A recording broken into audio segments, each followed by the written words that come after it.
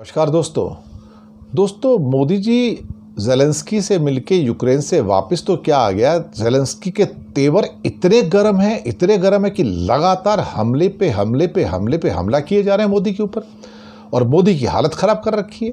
मुझे लगता है कि मोदी ने वहाँ जाके अपनी ज़िंदगी की सबसे बड़ी गलती की है, और ज़ेलेंस्की के जो तेवर हैं वो इस समय देखने वाले हैं। मुझे लगता है कि जिस ढंग की भाषा ज़ेलेंस्की इस्तेमाल कर रहे हैं वो वास्तव में ही मायने रखती है।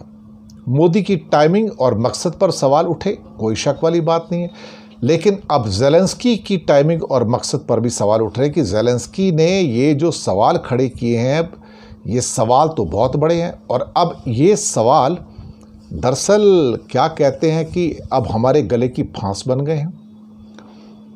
अब जब जयशंकर से पूछा कि मोदी जी तो हर जगह जाके गले मिलते रहते हैं लोगों से, तो जयशंकर कहते हैं दुनिया के जिस हिस्से में हम रहते हैं वहाँ पर लोग मिलने पर एक दूसरे को गले मिलते हैं। ये आपकी संस्कृति का हिस्सा नहीं होगा, लेकिन हमारी संस्कृति का हिस्सा है। भैया जी, हम कौन से रोज़ गले मिल रहे हैं अपने दोस्तों से? इंडिया में कौन ऐसे मर्द है जो औरतों के साथ गले मिलते हैं या और मर्दों के साथ गले मिलते हैं? कौन गले मिलते हैं भाई ऐसे करके? कहाँ गले मिलते हैं भाई? हम क्या सुबह शाम अपने दोस्तों से गले मिलते रहते हैं क्या? मूर्ख बना रहे हैं कि हम हिंदुस्तान में गले मिलते हैं। वो क्या है ना, प्रधानमंत्री को जयशंकर, वो तो चमचे हैं ना उनके, तो डिफेंड करना है ना, तो डिफेंड कैसे करें? लेकिन कुछ बातें उन्होंने ऐसी कही, कुछ बातें थी, क्या थी, जो भारत को असहज करती है। मैं पॉइंट वाइज बताता हूँ। पॉइंट 1 कि भारत में वैश्विक सम्मेलन की बात हो रही है, शांति समिट की। बोलते हैं हम भारत में ये नहीं कर सकते। उसका रीज़न ये है कि अभी स्विट्ज़रलैंड के अंदर जब शांति का समिट हुआ था, पीस समिट हुआ था यूक्रेन के ऊपर ही, जिसमें कई देशों के राष्ट्रपति और प्रधानमंत्री शामिल हुए थे, भारत ने अपना प्रधानमंत्री नहीं भेजा, भारत ने अपना विदेश मंत्री भी नहीं भेजा, भारत ने अपना विदेश सचिव भी वहाँ पर नहीं भेजा, बल्कि एक जूनियर कोई अपना वहाँ पे डिप्लोमेट था, जो अफसर था विदेश मंत्रालय का जूनियर अफसर, उसको भेज दिया, पवन कपूर को। और उसके बाद जब एक साझा बयान आता है खास तौर से स्विट्ज़रलैंड से पीस समिट के अंदर, तो भारत उस बयान से, उस पीस समिट में जो जॉइंट डिक्लेरेशन थी उससे दूरी बना ली, उसका हिस्सा बनने से इनकार कर दिया। कमाल की बात है ना।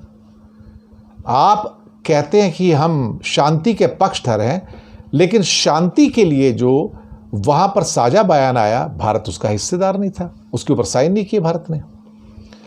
फिर वो कहते हैं कि मुझे मोदी जी ने कहा कि अगर भारत रूस से तेल ना खरीदे तो दुनिया में बड़ा संतुलन बिगड़ जाएगा, तो हम उस संतुलन को बनाए रखे हुए हैं। ने कमाल की बात है, तो आप हमारे दुश्मन से तेल खरीद के हमारे दुश्मन को मजबूत कर रहे हो, और आप कहते हो संतुलन बनाए रखे हुए हो। तो बहुत सारे लोगों ने तेल खरीदना बंद किया। अगर आप भी तेल नहीं खरीदते उससे, तो उसका नुकसान होता था और हमारा नुकसान कम होता था, लेकिन आपने उसका नुकसान नहीं किया, आपने हमारा नुकसान किया।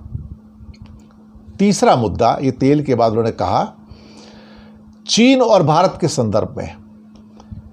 वो कहते हैं कि आज की डेट में आपके कहने का मतलब ये है कि जो पुतिन की हरकतें हैं कि उन्होंने हमारा ईस्टर्न यूक्रेन का सारा हिस्सा हथिया लिया, 15-20% का लैंड ले लिया, दोनेत्स्क और बाकी जो जगह थी वो सारे के सारे आपने ले लिए, हमसे छीन लिए युद्ध करके। तो अगर आप पुतिन की हरकतों को जायज़ ठहरा रहे हो इस टाइम, तो इसका मतलब है कि दुनिया के दूसरे हिस्सों में अगर जो लोग सीमा का वायलेशन करेंगे तो आप उसको भी जायज़ ठहराओगे। इसका मतलब चीन जो भारत के साथ कर रहा है, मकसद यही था बोलने का चीन और भारत के साथ, कि चीन अगर भारत का लैंड अपनाएगा तो उस टाइम आप क्या करोगे? हम आपका सपोर्ट क्यों करेंगे?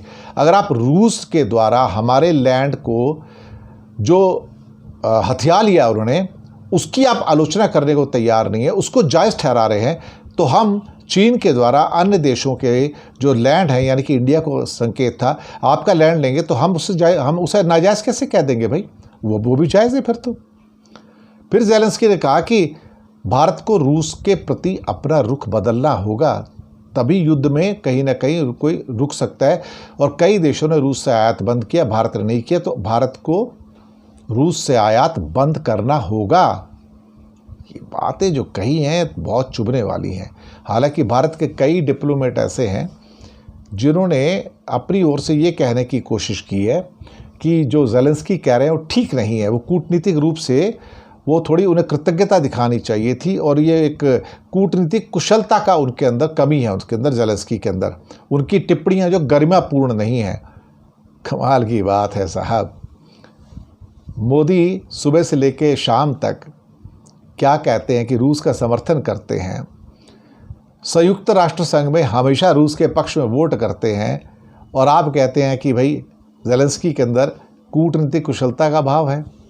यानी कि आपको जो सूट करे तो ठीक, नहीं सूट करे तो ठीक।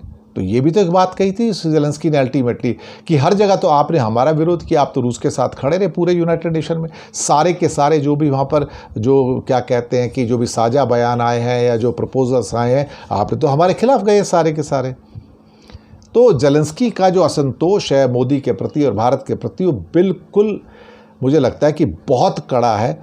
और शायद इवन जो कई फेमस जो अंतर्राष्ट्रीय जानकार है विदेश नीति, वो तो कहते हैं कि मोदी का यूक्रेन दौरा ना सिर्फ गलत समय पर किया गया था, बल्कि उसका मकसद भी गलत था। और ज़ेलेंस्की ने उसके बाद मोदी की कड़ी अब आलोचना भी कर दी है, और उन्होंने ना केवल भारत के मीडिएशन करने को खारिज किया, बल्कि तेल खरीदने और संयुक्त राष्ट्र संघ की वोटिंग में भारत ने हमेशा यूक्रेन के खिलाफ वोट किया है, ये तो सबको पता है। ये सारी की सारी चीज़ें जो है परेशान कर रही हैं मुझे लगता है अब मोदी को। और भारत के बहुत सारे जो सो कॉल्ड डिप्लोमेट हो तो भांड लोग हैं ना, वो तो चमचे हैं मोदी के, वो तो मोदी के पक्ष में बात करेंगे ना। उनको क्या है, उनको कभी कभी उनको लगता है हमें भी कोई टिकट मिल जाएगा, हम भी कुछ हो सकता है कि मैम एमपी बन जाए। तो ये सब चीज़ें चलती रहती हैं उसके अंदर, पर ये होने वाला नहीं है। शुक्रिया आपका।